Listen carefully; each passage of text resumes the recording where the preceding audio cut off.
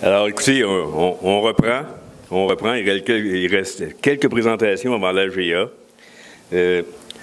J'en profite pour remercier les commanditaires pour le lunch. Là, il y avait Ingenex, l'ARPAC, le Centre de la Roue et le quatrième, c'est qui? Mousseau Communication, Isabelle. Excuse-moi, Isabelle. Bon, je l'ai ici, là. Alors, merci beaucoup, Autosphère, qui est un gros partenaire. Alors, la prochaine présentation concerne l'aide-mémoire en estimation. On en a parlé ce matin. Luc a été très impliqué. Un des artisans de l'aide-mémoire, il y en a plusieurs, mais un des artisans principaux, c'était Pierre Jonca. Pierre a fait une présentation. Il ne pouvait pas être parmi nous, lui non plus, aujourd'hui, mais on va vous présenter une courte vidéo, puis je pense que ça va préciser certains questionnements ou certaines approches là, concernant l'importance de l'aide-mémoire en termes de rentabilité. J'ai de travailler avec Luc plusieurs années.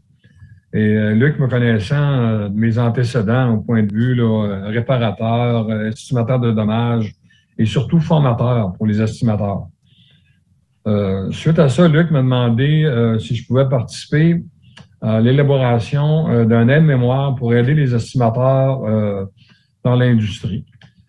Une chose qui a été souvent méconnue, non utilisée, ce sont les pages de procédure dans les systèmes d'estimation, autant dans Audatex que Mitchell. Les pages de procédure sont des liens où on va aller chercher des opérations qui sont non incluses avec le système d'estimation. C'est très, très important d'aller vérifier ces points-là parce qu'il y a beaucoup de travaux que vous oubliez dans vos estimations. Si on regarde dans le fichier qu'on vous présente, c'est le fichier Word, qu'on voit très bien, le CCPQ, l'aide-mémoire, les normes et procédures en estimation. Si on s'en va dans l'introduction, il y aurait un petit paragraphe que j'aimerais vous lire, qui est le 3e paragraphe, je crois, qui est mis à part les normes du GAA. Le carrossier doit également tenir compte des recommandations du manufacturier et des procédures non incluses dans le logiciel d'estimation utilisé, soit les pages de procédure qu'on appelle les P-pages. Ça veut dire qu'il y a beaucoup d'items qui ne sont pas inclus dans vos estimations, qui sont automatiques avec les systèmes d'estimation. C'est pour ça l'importance d'aller toujours travailler dans les pages de procédure. Fait que moi, je vous invite à aller voir les pages de procédure. Fait que si on descend dans le document, on va aller voir à un moment donné, on a la présentation, l'index de tous les travaux qu'on peut rencontrer. Là, on s'en arrive dans les pages de procédure. Les non inclus dans les logiciels d'estimation. Fait que si on descend un petit peu, là, on va aller voir, pour les dossiers, les opérations. Là, on va aller dans l'aile en avant. Fait que là, on a les opérations qui sont non incluses, dans les ajustements dans vos estimations. C'est quand vous préparez une estimation, vous avez fini votre estimation, vous négligez souvent d'aller dans les pages de procédure. Moi, ce que je vous suggère, quand vous avez terminé votre estimation, à chaque pièce majeure que vous avez sur votre estimation, allez voir les pages de procédure. Vous avez remplacé un L, allez voir les opérations qui sont non incluses dans l'L. Fait que vous allez aller chercher des montants qui sont facilement justifiables avec votre assureur. Mais allez les consulter, s'il vous plaît. Il y a beaucoup de sous là-dedans. Puis, si on défile encore, on va voir d'autres pièces qui vont être, exemple, ici, on est rendu dans les bas de caisse, les pieds centrales. Après ça, on va aller dans les capots. On s'en va dans les portes. Je pense qu'on en va arriver. On l'a dans le châssis. Fait que tous les items majeurs sont là. Là, on est rendu ici dans les opérations, les longerons. On va défiler encore un petit peu. Les pare-chocs. Exemple, on va prendre un exemple. On arrête dans les pare-chocs. Les ajustements de phare, c'est pas inclus. Les désassemblages de tout ça, souvent les pièces qui sont non standards, qui sont pas inclus. Fait que si on irait, exemple, dans une porte, dans la porte, on va aller vous dire, exemple, avez-vous fait votre agencement dans l'aile en avant, dans la porte arrière? Si on regarde là, les protections anti-corrosion, les door latch, enlever, installer, On va aller aussi dans les fenêtres. Vous avez une porte usagée. Il faut garder la fenêtre originale de la porte du véhicule. Vous avez un paquet d'items qui vont être vraiment là, qui vont vous aider à compléter une bonne estimation équitable. On a toutes ici les normes et procédures dans les pages de procédure dans vos systèmes d'estimation. Si on continue dans ce document-là, on va aller voir d'autres choses. On va aller voir les normes du GAA. Fait que vous êtes dans le même document, vous allez avoir toutes les informations nécessaires pour vous aider à compléter une estimation selon les normes à jour du GAA. Là, on est rendu dans le GAA. Vous avez le manuel du GAA qui est là présentement pour consultation rapide, toujours dans le même document. Quand vous avez terminé votre estimation, allez vérifier si vos normes sont à jour avec votre système d'estimation. Si on continue, toujours dans le GAA, on va avoir aussi les bulletins d'information que le GAA va émettre. Ça aussi, c'est un autre document qui est très intéressant à lire concernant des études que le GAA a faites. OK? On est rendu dans les bulletins d'information du GAA. OK? On a beaucoup d'informations là-dedans qui sont très importantes, qui vont vous aider aussi dans vos estimations. C'est toutes des enquêtes et des études que le GAA a faites. Fait que je vous suggère d'aller consulter ça. Toujours dans le même document Word. Ça, c'est un tableau récapitulatif des normes du GAA. OK. Ça, c'est un petit tableau que vous pouvez imprimer à un moment donné, qui vous pouvez garder sur votre table de travail. Vous avez toutes les normes, au lieu de lire tout le document au complet, il y a plusieurs pages, vous avez toutes les normes et procédures du GAA dans quelques pages que vous pouvez garder sur le coin de votre bureau. C'est beau pour le document qu'on vient de voir. Moi, ce que je vous suggère aussi, c'est un document Word qui demande un peu de déroulement de document. Avec l'aide d'Evelyne, on a travaillé beaucoup dans ces documents-là. Evelyne l'a monté aussi dans Excel. Excel, c'est un document aussi qui est facilement rapide, avec un petit clic de votre souris. On pourrait aller faire un petit tour dans le document Excel. Ça, c'est un autre document qu'on a préparé, Evelyne et moi, concernant toujours les pages de procédure. Présentement, ce document-là est dans Excel. Excel, c'est un logiciel qui est un peu plus facile d'accès rapide, comparativement tantôt dans le document Word, où tout est inclus. Mais présentement, vous pouvez cliquer à droite, excusez, à gauche sur l'écran, sur la pièce. Par exemple, l'image de la pièce. Si on prend l'aile, on va aller cliquer sur l'aile. On s'en va directement dans l'aile avec toutes les opérations qui sont non incluses. Vous pouvez aussi aller en bas dans les onglets, en vert.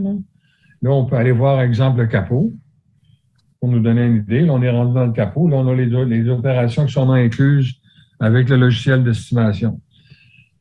Moi, je vous conseille fortement, OK, à toutes les fois que vous avez complété votre estimation de dommages, d'aller vérifier les pages de procédure sur toutes les pièces majeures de votre estimation pour aller vérifier tout ce qui manque à votre estimation dans les opérations non incluses. OK, on a un autre document dans Excel toujours. Par contre, là, on vient de voir celui de Audatex, mais on en a un préparé aussi avec Michel. On a toujours les onglets qui sont dans le bas. Par contre, on n'avait pas les images. On a les documents. On peut cliquer directement à gauche aussi sur l'item qu'on veut aller voir. Fait que toujours facile d'accès dans ce document Excel. Vous pouvez le garder à côté tout près de vous autres, le mettre en bas dans votre écran d'ordinateur pour aller le consulter quand vous avez terminé votre estimation. OK. En conclusion de tout ce qu'on vient de voir, concernant les pages de procédure, qui sont des opérations qui sont vraiment là, normales, qui n'ont pas besoin de justification auprès de l'assureur. Par contre, quand vous avez terminé une estimation de dommages et que vous l'envoyez à l'assureur, n'oubliez pas que vous pouvez peut-être, à un moment donné, faire partie d'un contrôle de qualité à l'interne de vos estimations.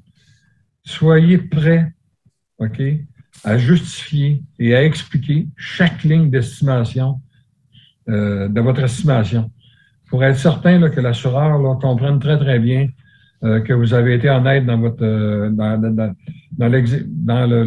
la présentation de votre estimation. C'est important. Là. Vous avez mis 4 heures à quelque part. Pourquoi vous avez mis votre 4 heures? expliquez-les immédiatement. Là. Vous allez être certain là, que l'assureur va comprendre très, très bien ce que vous avez fait comme opération.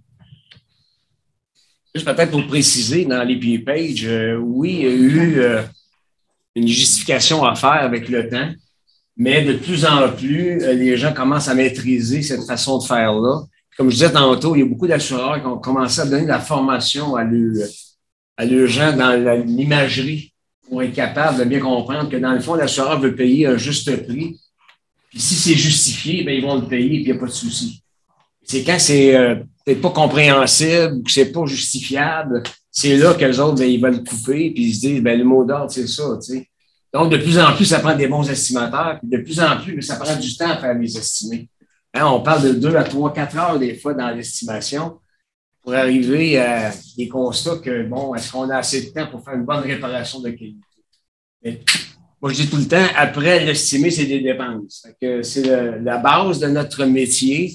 On sait que d'avoir des bons estimateurs, c'est de plus en plus rare. C'est une denrée rare, c'est demandant. Il faut que les gens soient informés. Puis de garder les gens informés, mais c'est encore là une formation, c'est continuel. Donc, je voulais remercier Pierre de sa contribution parce que lui, il fait ça comme de son côté pour aider à l'industrie à se démarquer. Puis c'est tout dans son honneur de pouvoir nous donner un petit coup de main. On avait Nicolas Larbre qui avait commencé avec nous là, il y a 2 ans, en fait, le dossier de l'aide-mémoire. Il a tellement été bon qu'il a été recruté par une bannière. Fait que ça prouve que la corporation a encore lancé une partie importante de ce qu'on peut avoir à maîtriser comme industrie, puis d'être capable de justifier le prix qu'on charge pour faire un job de qualité. Merci encore, Pierre. Je ne sais pas si tu m'entends. Là. Une chose qu'on devrait ajouter à l'information, c'est que dans l'aide-mémoire, il y a les allocations de peinture que le GAA ne tient plus en compte depuis 3 ans maintenant.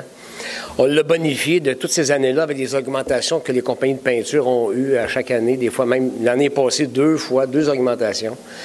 Et on l'a fait, nous, en février, une augmentation qui est au-delà de ce que soit les carrossiers chargent et même que les assureurs veulent bien payer. On va avoir une autre version qui va se faire au mois de novembre avec Evelyne, où ce qu'on va ajouter les 4 étapes. Puis ce que je remarque ou ce que j'entends parler souvent, c'est que même nous, les carrossiers, on fait un estimé. On a un 3 étapes, puis on marque le prix d'un 2 étapes. Donc, déjà là, il y a des sous qu'on perd énormément.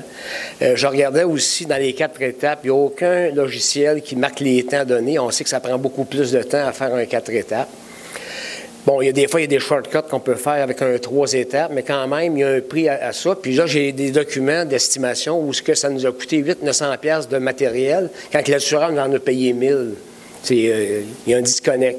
Donc, à la prochaine version, vous vérifierez, là, pour l'aide-mémoire, on va probablement ajouter les 4 étapes aussi à ça. Je ne sais pas s'il y en a des questions ou des commentaires sur l'aide-mémoire. Gênez-vous pas si des fois il y a des choses qu'on peut ajouter. On parlait ce midi à la table justement le pare-caillou, qu'il y en a qui disent bon, on ne le voit plus nulle part. Tu sais, les gens ne le mettent pas parce qu'ils l'oublient, mais il y en a encore des modèles où il faut faire un pare-caillou, puis il y a des sous là-dedans. Là. Juste ça, là, c'est un rappel à l'estimateur souvent, puis l'aide-mémoire sert à ça. Merci.